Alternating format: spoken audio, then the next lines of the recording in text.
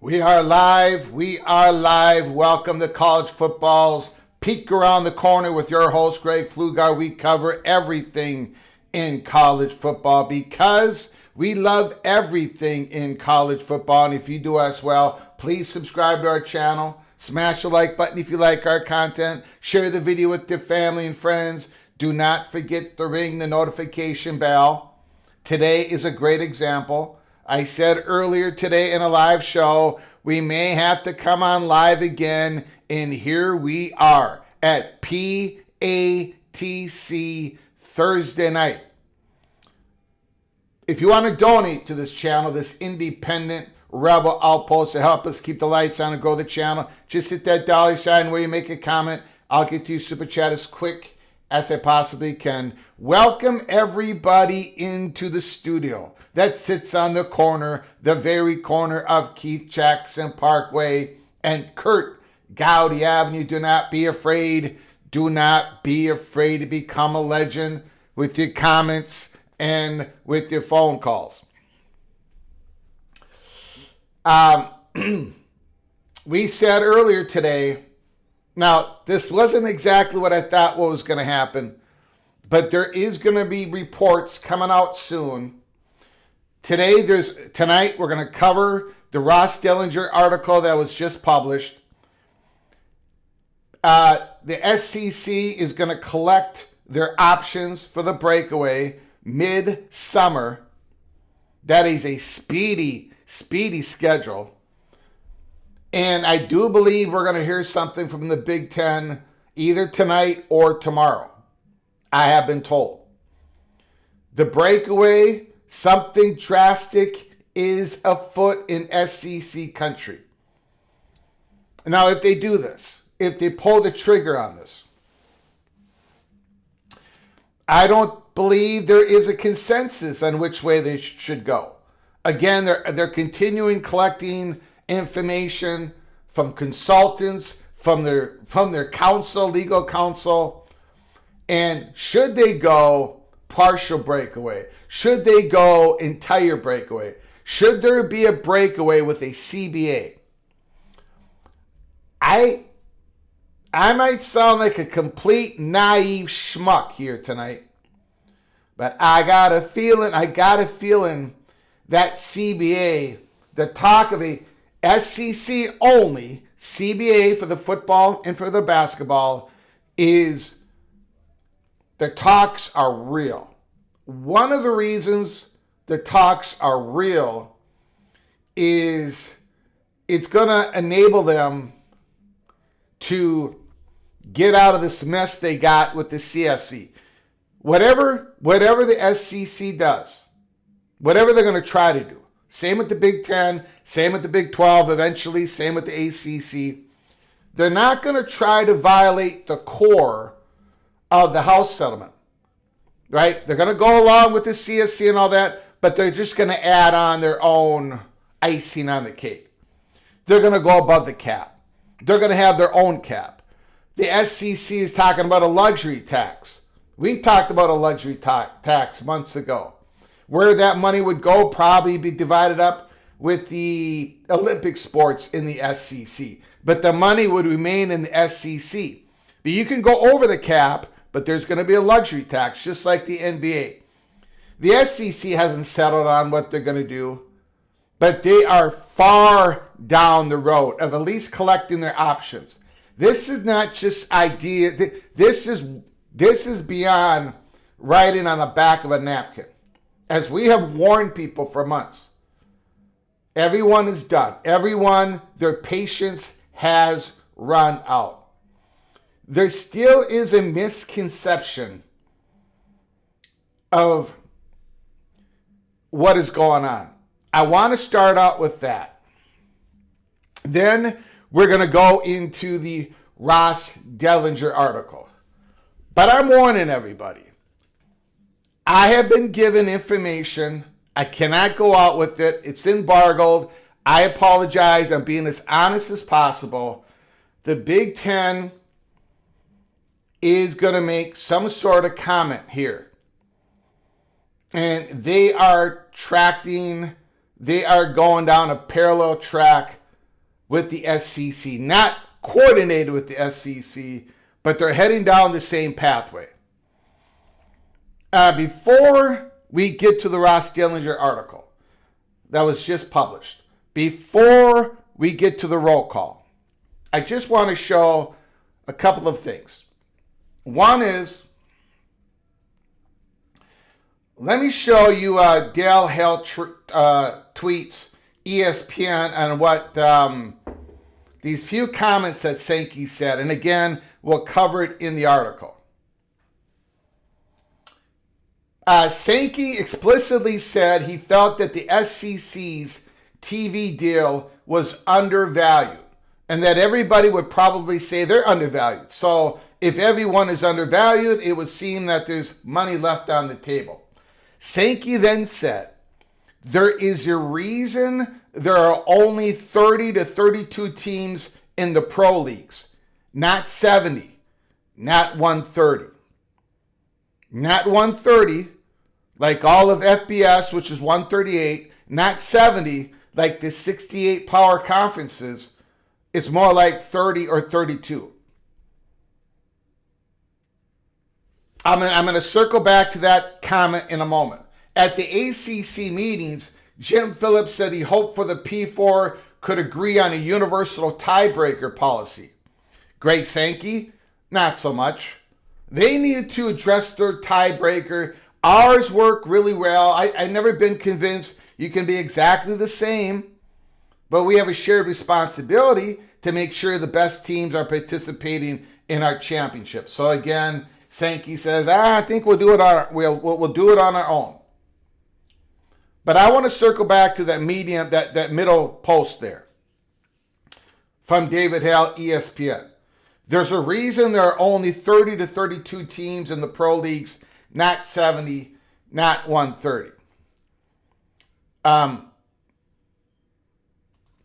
I saw a lot of comments saying, oh, look at that. He's talking about a Big Ten SEC Super League.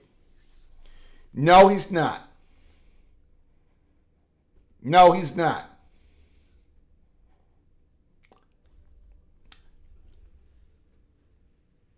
I don't know how to tell Big Ten people this. I've been trying to get this message out. The SEC is not that into you. I mean, they understand the value of a big... They're trying to possibly get a strategic partnership deal done with the Big Ten. You know, they had this advisory group meetings that didn't go well. The SEC believes the Big Ten just stabbed them in the back. This whole thing that the Big Ten and the SEC are going to come together and merge as the Super League, that's not happening. Nobody that I talk to believes that is happening. Now, everybody that I talk to, they're not infallible. But that is not, this fear that everybody thinks that the Big Ten and the SEC are going to merge or create some Super League. That 30 to 32 team pro league comment that Sankey said, he's not talking about a combination of SEC, Big Ten. He's just talking about the Southeastern Conference. As he said over and over today, we've got a Super League. We've already formed a Super League. It's called the Southeastern Conference. Now a lot of people are going to accuse me of being an SEC homer.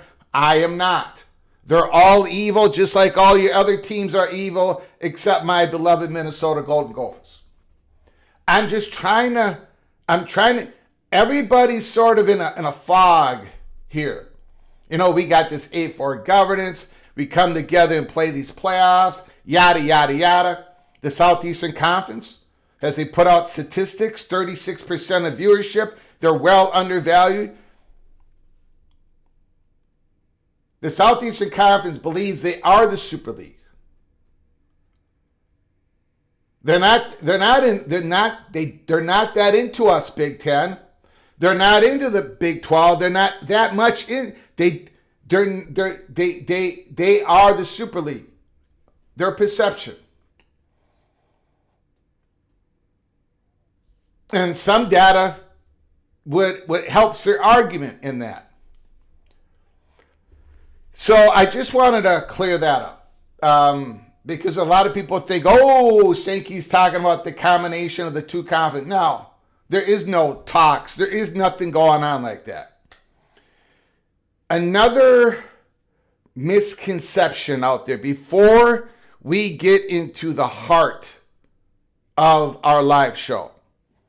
Before we get into the heart of the live show, and again, a phone call, we're going to have phone calls open on later in the evening. If you give us a call, you've got the floor. You've got the floor. You can talk about anything in college football that your heart desires, not necessarily what we're talking about. Same with Super Chats. The other comments I will pick and choose if they're related to the subject we're talking about. Another misconception that I wanted to clear up. And again, feel free to disagree with me. Put it in the comment section. I'm not going to go through this article. I was thinking about going through this article, but I'm not. Dan Wolken, USA Today, yesterday, why going solo would lead to the death of the Southeastern Conference. If you want to go through that article, you go find it. It's a free article. It's out there. And if I had more time, I would lay it all in front. But I really want to go on the Ross Dellinger's article tonight that was just published. But Dan Wolken, I think he misses it. And I think a lot of people, in my opinion, are not quite getting it. Dan Wolken basically mocks the SEC. And And if the subject was the Big Ten, he'd be mocking the Big Ten.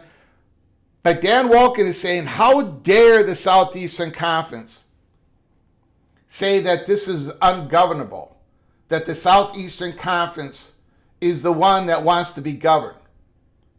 They're the ones, they cheat just like everybody else. They're the ones who pay the players before anybody, so he's making this argument.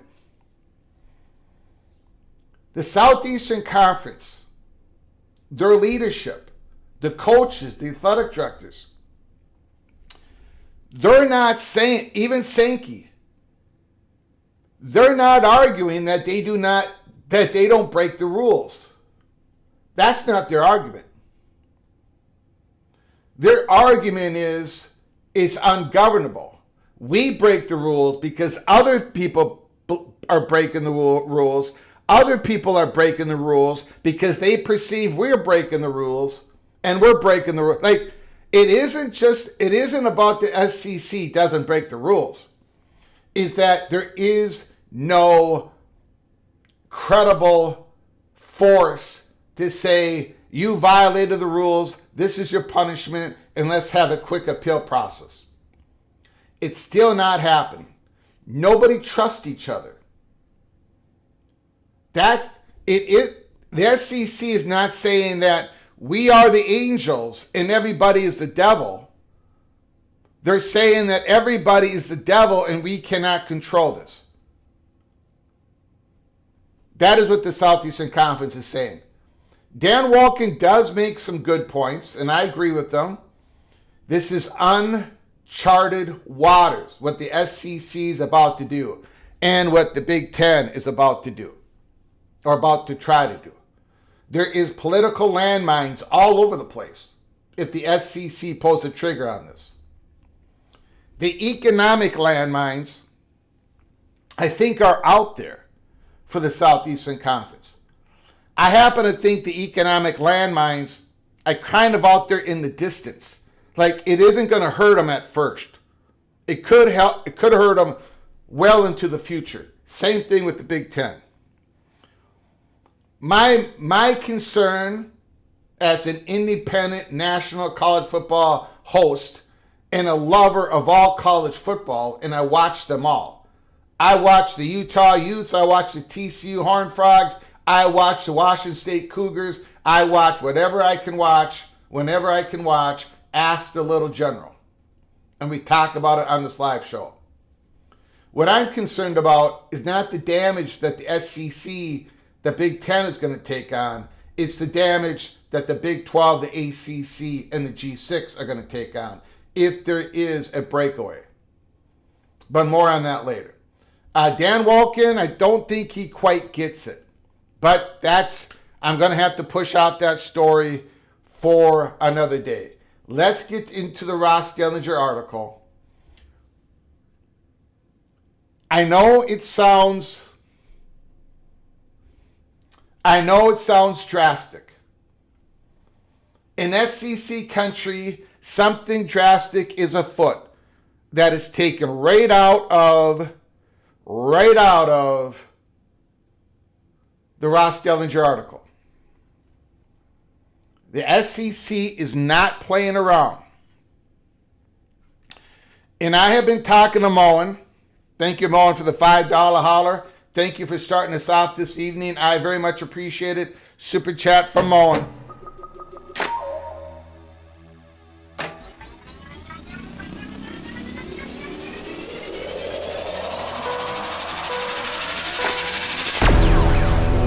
Greg is so cold that the monster under his bed had to request a space heater from HR.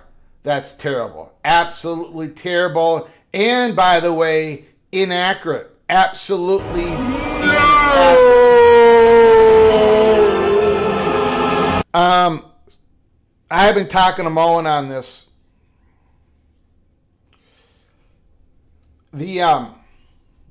So the Ross Dellinger goes, and we're going to hit the article here. Thank you, Moen. Thank you for the $5 holler. Appreciate it, my friend. Thank you so very much. I'm going to say it. BTM, short for Big Ten Man, who has helped us break stories. And we're not going to go through all the stories, but BTM and his associates, people who sit on the money perch, let me know that he let me know what the Big Ten perception is. We are going to get to the Ross Dellinger article that was just released. I promise you.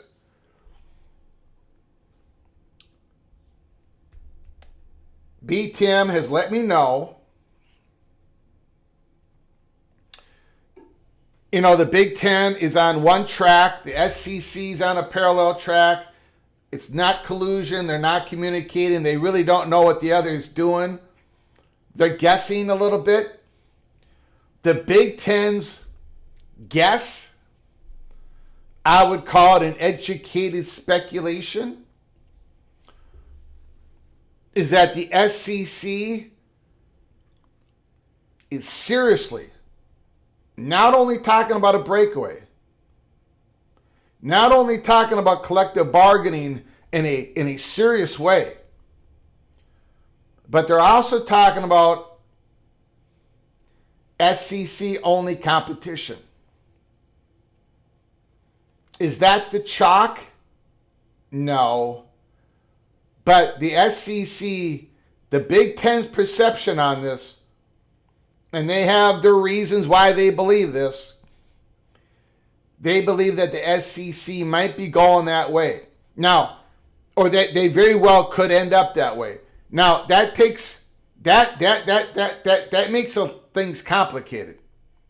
Because you've got South Carolina plays Clemson, you've got Florida plays Florida State, Miami. You've got all this stuff going on. You've got LSU playing Louisiana schools and the Sun Belt and all that stuff. But the Southeastern Conference, according to the Big Ten, they believe that this, and we got this from a very, very high person, administrator in a Big Ten school. This is where the Big Ten believes the SEC is doing a lot of heavy lifting in this. The belief is because the SEC, if they go in their own silo, it's all about regulating the competition. They know if the Tennessee and Georgia play, that the Tennessee and Georgia are not only going by the same rules, the same enforcement, the same eyeballs are looking at Georgia and Tennessee, and they can trust that Georgia and Tennessee, that there is some evil regulation going on, even regulation. But any games outside the Southeastern Conference, they do not know what's going on. They do not have the finger in the pie anymore. They're not, if it's a complete breakaway, they're not going to be able to file out an appeal to the NCAA. Are they going to even be able to complain to the Big 12 and ACC and Big 10 schools if they think they're not following the rules? If they got a player in eligibility, a guy who's playing his 6th or 7th year, that the SEC would say, no way would they play here. It's about trust. So the Big Ten believes that the SEC is seriously thinking about this, which makes the Big Ten like, all right, this is why the Big Ten looks like they want to go to 10 conference games. Like everyone believes that the SEC is really on the extreme end of the spectrum when it comes to increasing their conference games, potentially. And then, again, it's a little bit confirmed here in the Ross Dellinger article. I had this conversation with Mohr earlier in the day, and then it was confirmed by the Ross Dellinger article of tonight. One of the options, and it's a growing option. So we are really uncharted waters here in so many ways. let me get to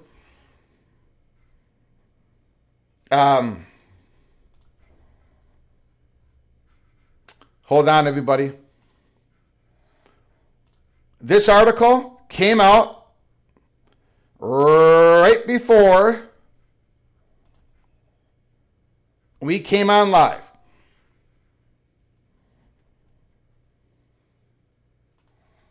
Ross Dellinger, Yahoo Sports.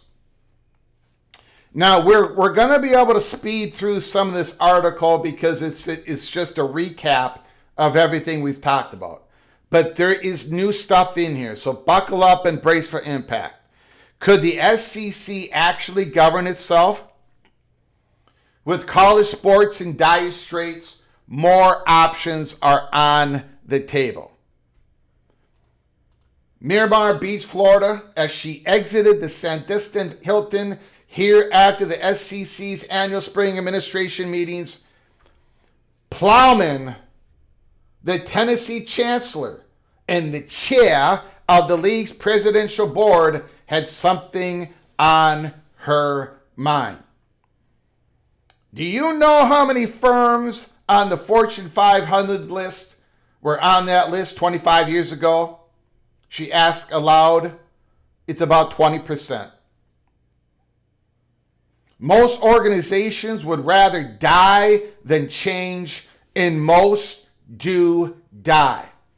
I'm not saying we're dying, but we must change. Now that lady, the SEC should listen to that lady, the leader of Tennessee.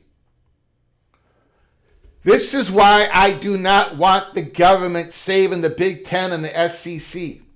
I don't want them saving them from themselves. If the Big Ten screws up, let them die. If the SEC screws up, let them die. If they want to expand too much, if they want to fracture, if they want to contract, freedom of association leads to innovation, not government decree. That doesn't lead to anything but sure death. NSC, the Southeastern Conference is so big and powerful, viewership, all this stuff, but there is no certainty. The Southeastern Conference, they better change. They better change. We've already gone through great change. Student athletes are getting paid so much money. The Southeastern Conference is being challenged by this NIL money coming in, the transfer portal.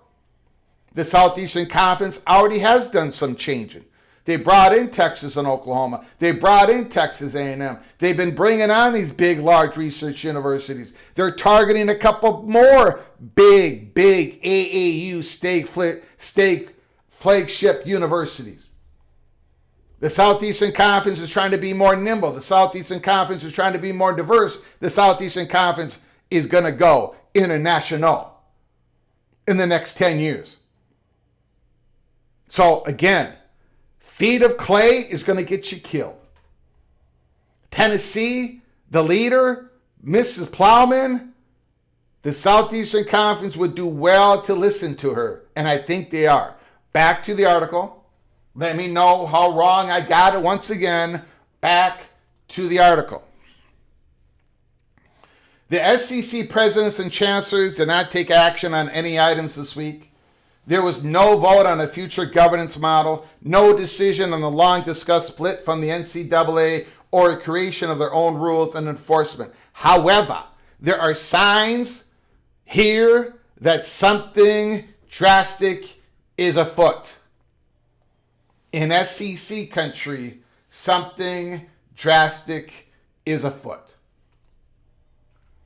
For the first time since 2003, the league capped off spring meetings without a business session. Woo! That means, ladies and gentlemen, they're not concerned with little changes. You know, the little tweaks. The SEC is not into little tweaks like conferences usually are and during the spring meetings. No. The Southeastern Conference is not worried about the number of croutons that are put on their salads.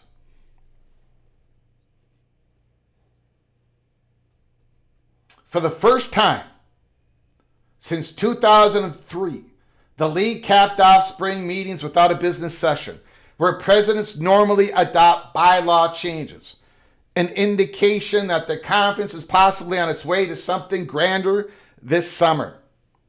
Buckle up, buckle up. Commissioner Greg Sankey offered subtle suggestions of impending decisions, telling reporters to stay tuned. We'll get back to the article in a moment. I know hardly anybody's going to believe me here, but I'm going to tell you what has been told to me. A lot of this, as much as they possibly can, especially after getting out of the spring meetings, it's going to be cloak and dagger, cloak and dagger, cloak and dagger. Loose lips sink ships. Now, there is a few people in the Southeastern Conference that do have loose lips. One of the athletic directors, who happened to have been a former athletic director in the Big Ten, but forget it. I did not say that. We'll take that off the tape. But back to the article.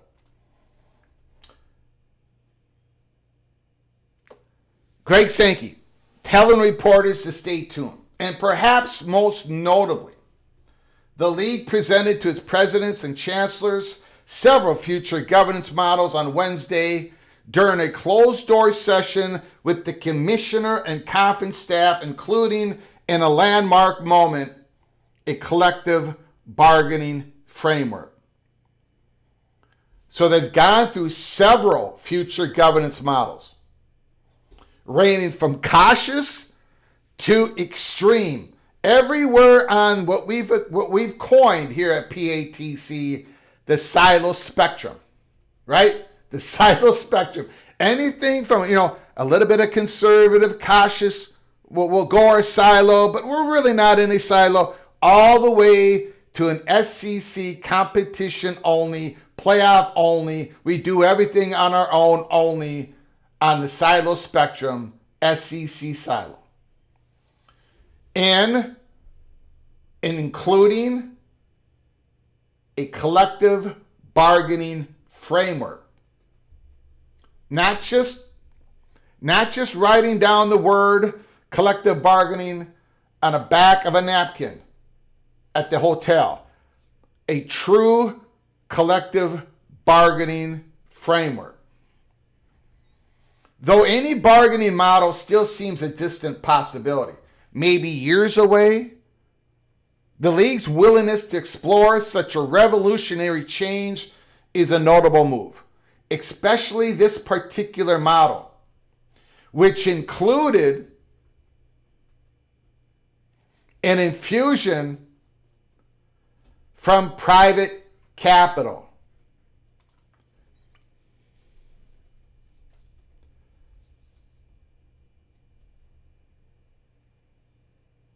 You want me to read that again?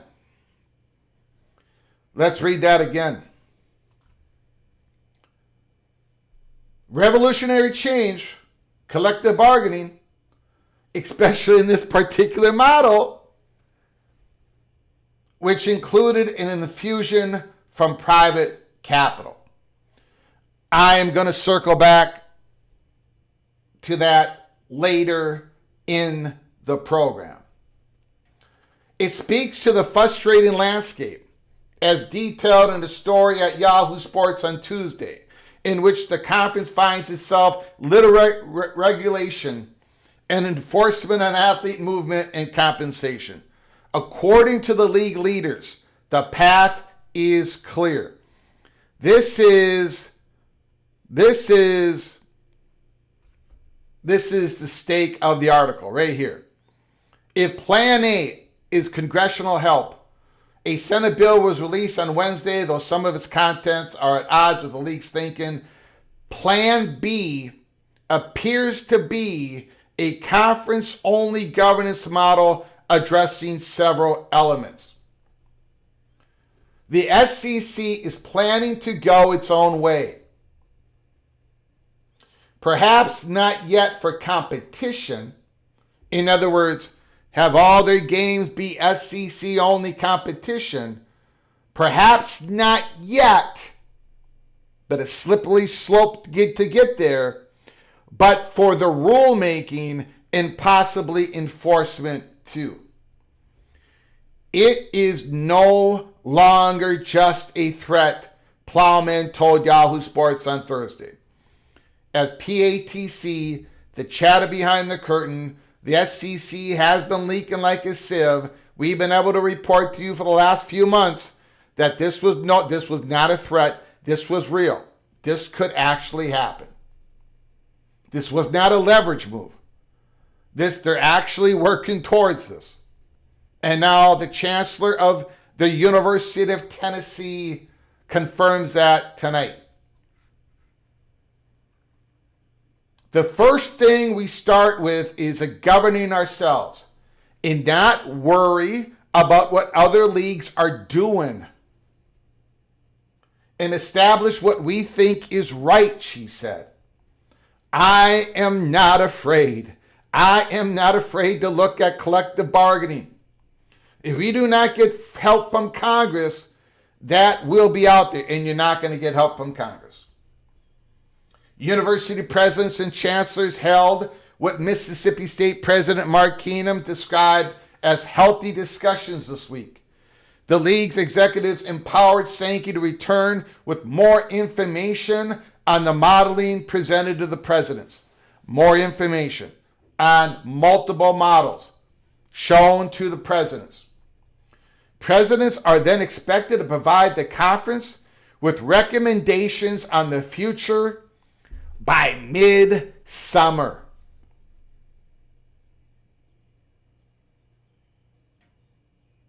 The presidents are then expected to provide the conference on recommendations. We should try this, or we should try this. We eliminate these models. We look at this model by mid-summer. And ladies and gentlemen, this is what I believe the Big Ten is going to make sure that everybody knows, that they're on basically the same schedule. That they're going to have some sort of recommendations, whatever you want to call it, some options, basically the same timeline or sooner. I expect we hear that real soon. This is the information that we've been told at PATC.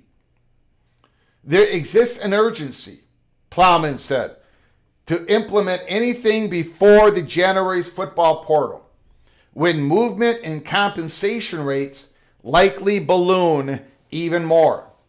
University presidents who spoke to Yahoo Sports declined to reveal details of the different governance models they were shown, but the path seems clear. This is the PATC money shot number 1, number 2, number 3 of the article, right here in this paragraph. The presidents declined to reveal the details.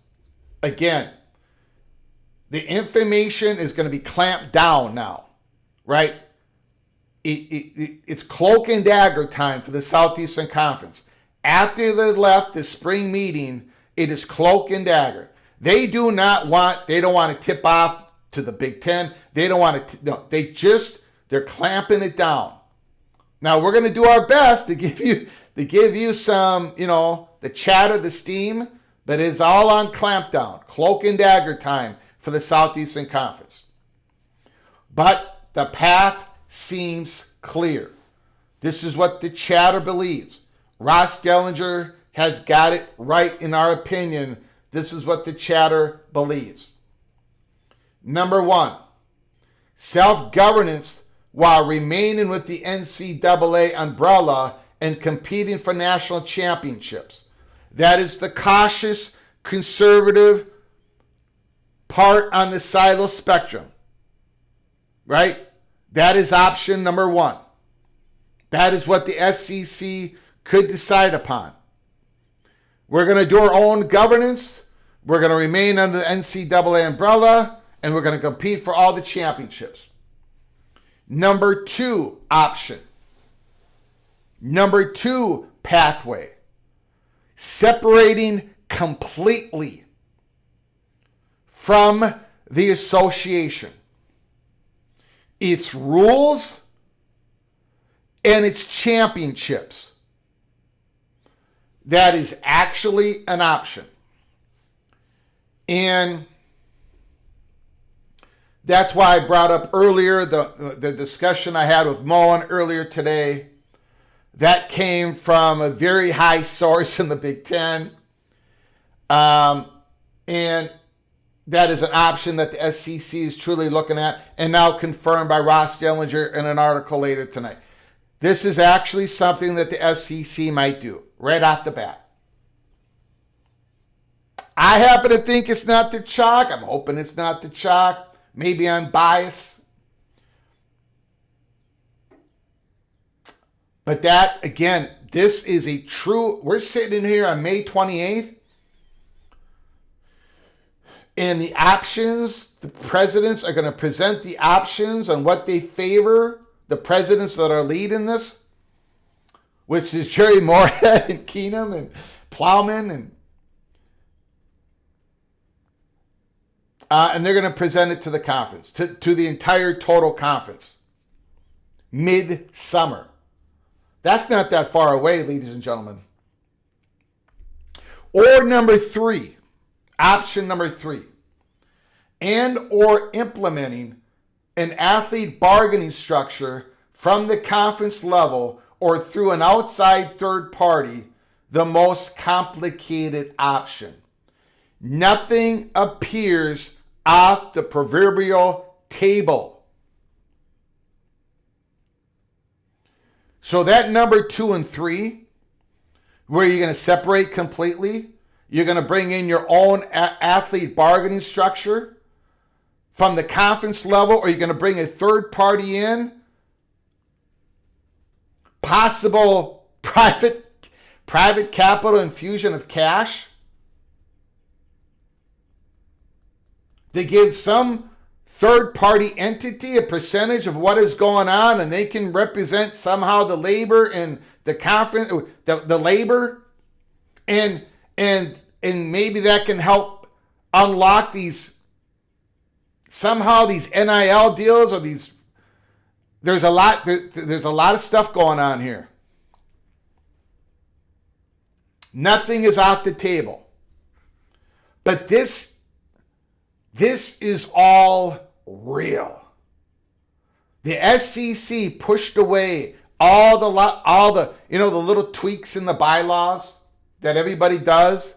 They didn't even do anything. They didn't have a business session. This was a very unique SEC spring meetings.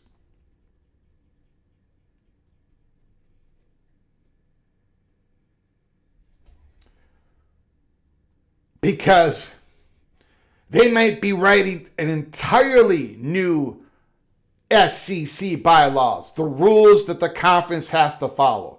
You might have big new sections never created before written in them.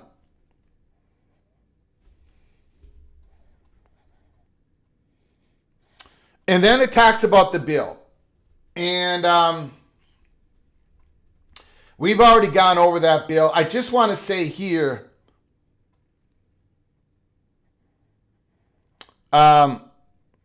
we owe it to ourselves to pursue another parallel path. And that path should include collective bargaining. Oklahoma Athletic Director Roger Denny said. The president of Oklahoma also believes that. So Oklahoma is in the mix of pushing the collective bargaining within the SEC. Plan B is going to have to be Plan A. And no Plan B is devoid of collective bargaining, said another university president. And then it talks about the reform CSC or go it alone. Again, the SEC would rather work with the CSC.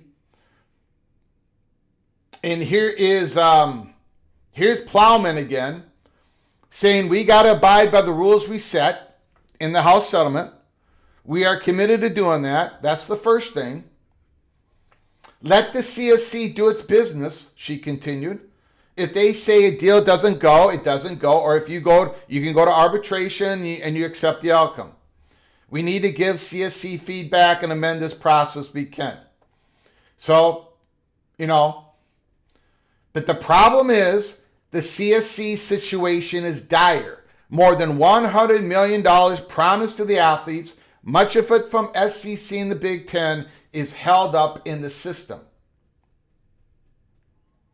Schools that are not able to get out of their deals through right now in the NIL are upset about that, Seeley, the CSC captain, said. They think their deals should go through and we're not enforcing the rules correctly to respect to them. One thing I will say, we are enforcing the rules consistently in NIL Go. The Florida Athletic Director, Scott Strickland, said the CSC and Seeley are trying to do what they're asked of them, which he called her Herculean task. If the CSC is going to be successful, it's probably going to take 3 to 4 years, he said. And what are the deals that held up in the system? It's almost like the market was set and then the CSC appeared, Strickland said. I don't know how you put that back without disenfranchising kids. The SEC, as well as any one of the other power conferences, can make changes to the revenue share cap if they submit a request to the House Settlement plaintiff lawyer attorneys. Co-lead attorney Jeff Kessler told Yahoo Sports. But if such a request holds consensus among the conferences, the request has a better chance of approval from the settlement magistrate judge, he said. So again, you have a better chance of tinkering around with the cap if everybody agrees, but not everybody's going to agree.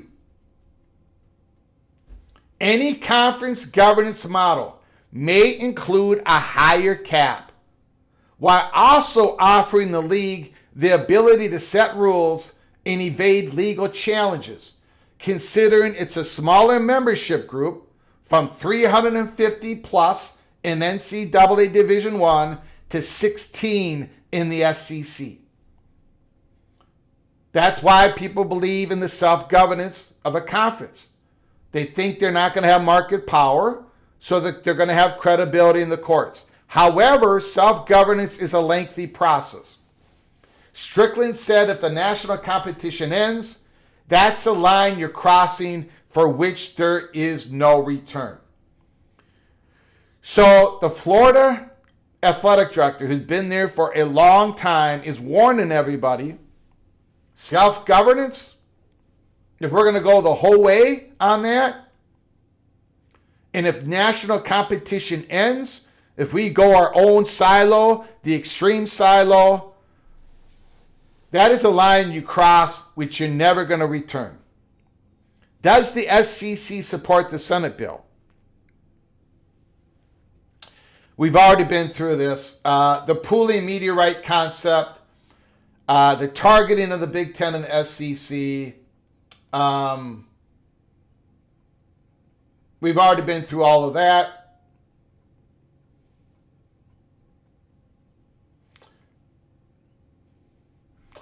And here is the end of it. I think we want to play with the schools following the rules. Georgia President Jerry Moorhead told Yahoo Sports in January, a story that was first publicized, the SEC serious conference-only governance efforts in absence of a national enforcement. So what's next? Stay tuned, Sankey said. The room of reporters stared at him, unsatisfied with such an answer. Why would I announce what might happen when it hasn't happened, Sankey responded. What happens next will happen next. It hasn't happened now. So there it is, ladies and gentlemen. Thank you for sticking with us during that long article of Ross Dellinger. I do appreciate your patience. But this is an epic night. This is an epic night. This is another step towards uncharted waters. The SEC is seriously discussing putting their options out there. This is not a threat. This is real. I mean, think about it. the SEC doesn't really have, as powerful as they are, as rich as they are, successful as they are, they know that they don't have all the leverage that is going on politically. I think that has been proven. They don't really have the ear of President Trump. They don't really have the backing of the total Republican Party. They barely have any support in the Democratic Party. Same with the Big Ten. Maybe a little bit more over here, a little bit less over there. But the Big Ten and the SEC have poured millions of dollars into trying to get something passed to codify the House rules, and it failed. The Big Ten and the SEC failed. So they're going to do something different. They're going to try something different. Most likely, they're going to try something different. And I do not know where this is going to go, but I do know this. This is going to hit like a thunderbolt. If the SEC in the middle of the summer declares that they're going to enforce their own rules, create their own rules, and decide later who they're going to play, you already see the Southeastern Conference being very, the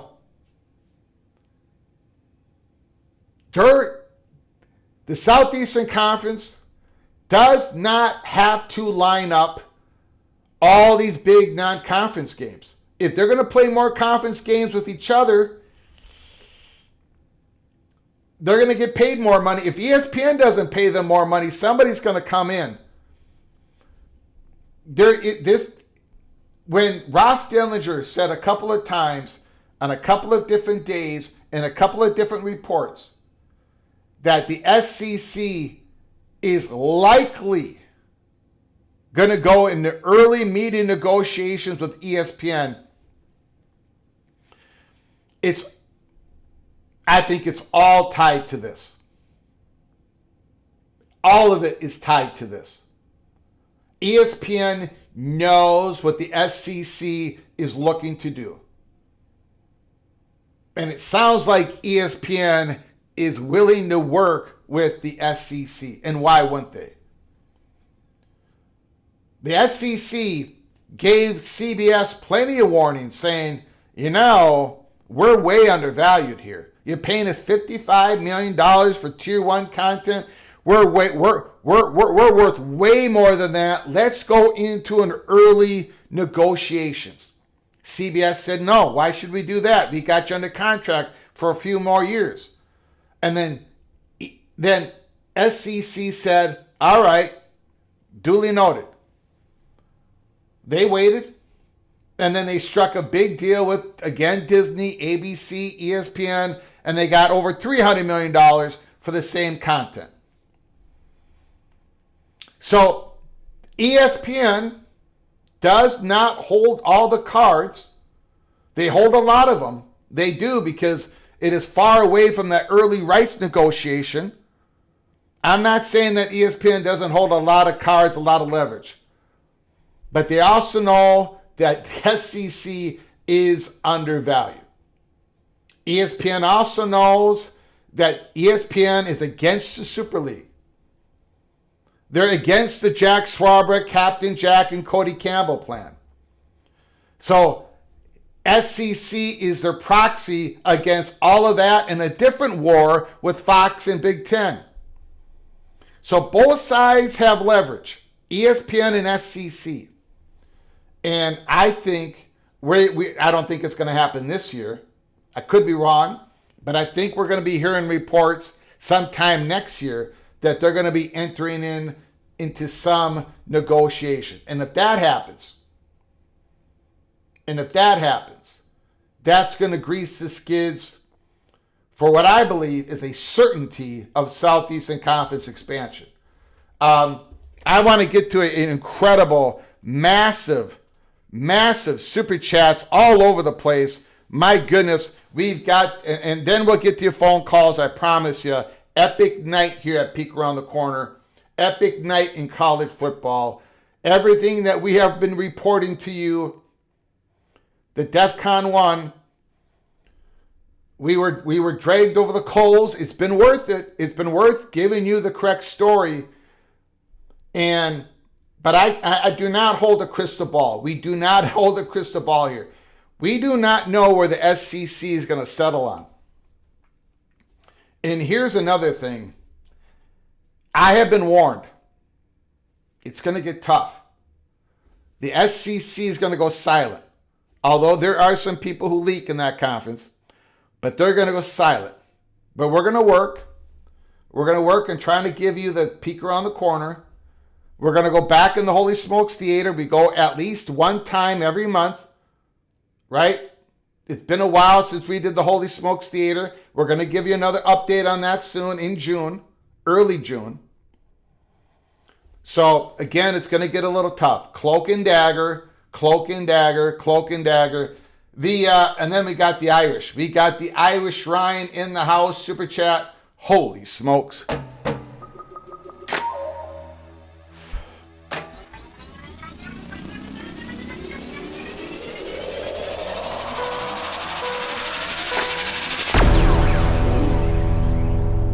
Irish Ryan, the fighting Irish Ryan. The SEC will have to expand. If they go silo 16 teams is way too small. Go to 20, silo, build a playoff with the Big Ten and others that agreed to the rules.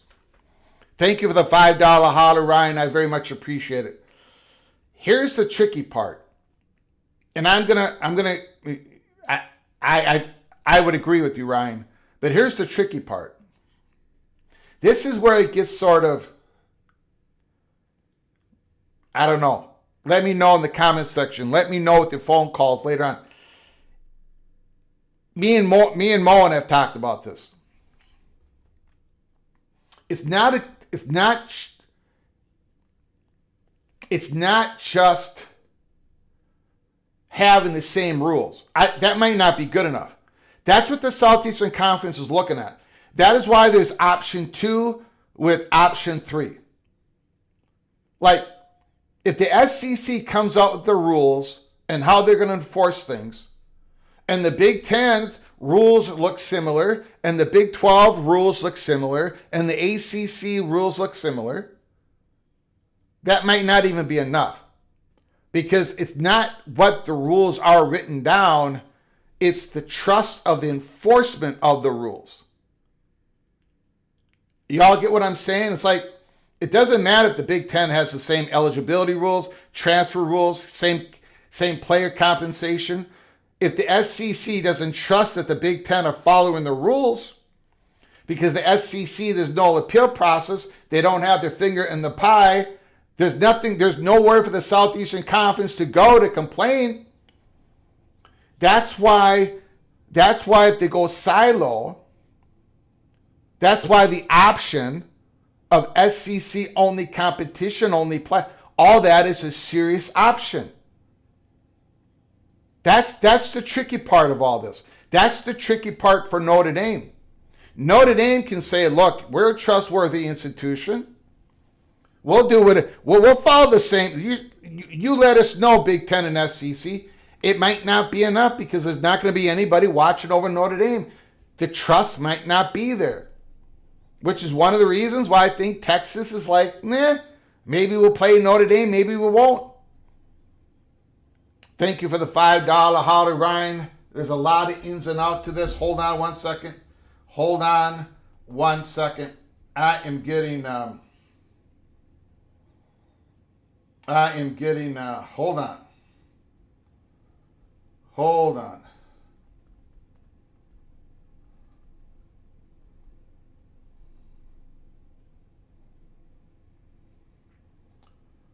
All right, thank you, Ryan. I do appreciate it.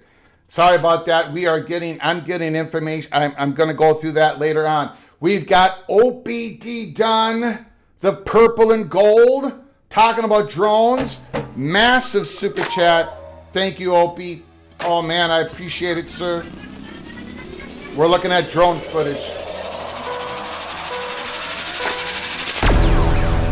This is going to be very interesting indeed. OBD done. I was analyzing some of the SEC drone footage back from Silo Mountain. Okay. on the values of universities. I noticed that at the end of their journey, there was a lot of white sand and water. I don't know what that means. The drones had dropped a few confidential videos and destined meetings. Lots were redacted. God dang it, I don't know what that means. I'm going to need help from the PATC Einsteins to figure out OPD Dunn's very creative super chat. I'm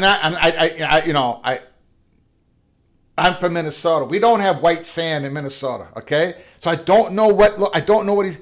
I noticed that at the end of their journey, there was a lot of white sand and water. Is that Destin, Florida? Is that what he's talking? The drones had dropped a few confidential videos at Destin meeting. Lots were redacted. Somebody figure out what OPD Dunn is saying. He is too creative and intelligent for the fat guy from Minnesota. Thank you, OPD Dunn.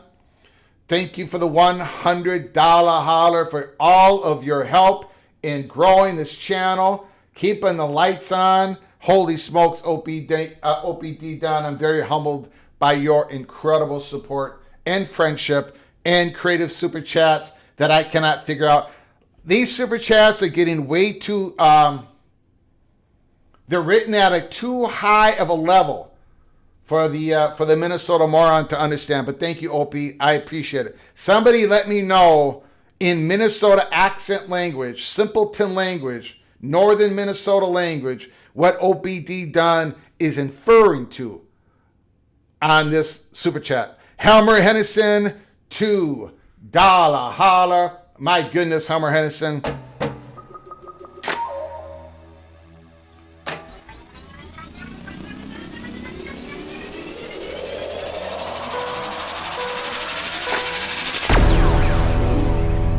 You think we could end up with a 4-4-2-2-1-3 after all? No. I think, as Brett McMurphy reported earlier today, because Brett McMurphy says a Big Ten source has told him that ship has sailed, and I believe him. That is no longer, that a 16-team playoffs does not recoup the losses for eliminating the conference championship games. We've got a chicken and the egg situation, right? The chicken is the playoffs. The egg is the silo. I think, right? What comes first, the chicken or the egg? I think the egg does. I think the SEC's got to figure out their silo. What are they going to do here? It's a midsummer decision.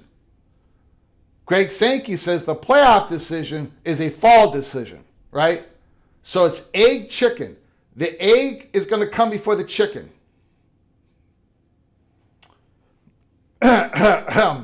And so SEC's got to figure out what they like. How drastic,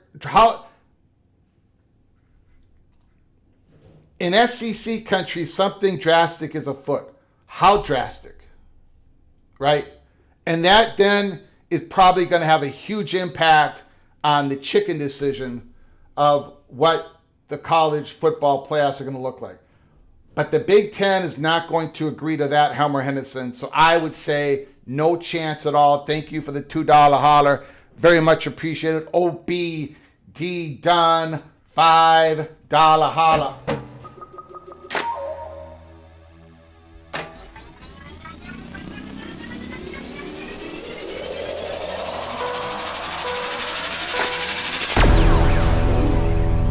We here in the SEC, we done have lips, only pie holes. That's why we can't keep secrets. I think it's going to be a challenge. I know it's going to be a challenge for PATC. I know we've been able to get you that peek around the corner in the silo, the peek around the corner in DEFCON 1. But now it's going to get a lot more trickier here, right? It's going to get, we've been told it's cloak and dagger time. They're going to be cloaking. The SEC is going to be cloaking. Sometime in midsummer, they're going to deliver the dagger. We're going to try to tell you what the dagger is, but it's going to be tricky. It's going to be tough. It's going to be a challenge. There is a couple of people in the SEC that like to talk. We know one of them. We know one of them. So hopefully we get lucky. Thank you, OPD Dunn. I appreciate it so much again for your generosity. Thank you very much.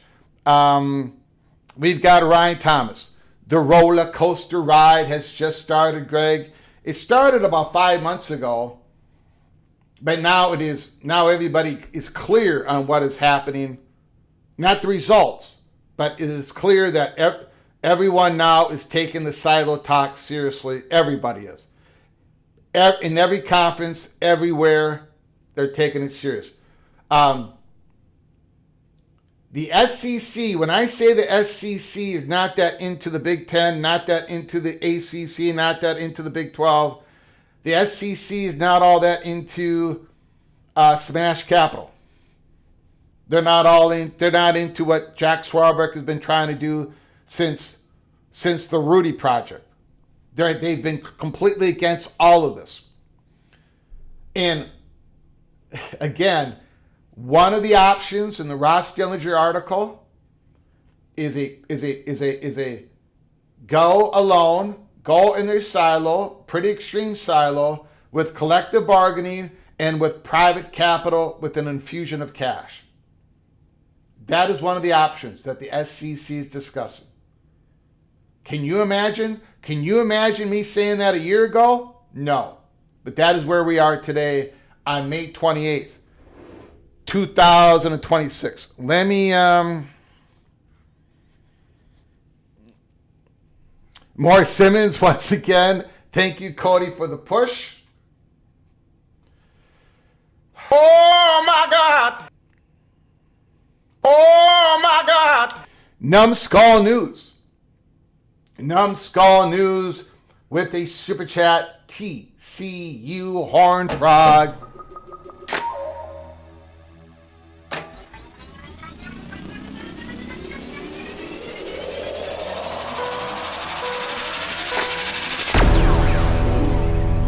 Numbskull News. It's time. Hold on one second. Numbskull News. It's time for the Big 10, for the Big 12. It's time for the Big 12 to think big, merger, or expansion. One of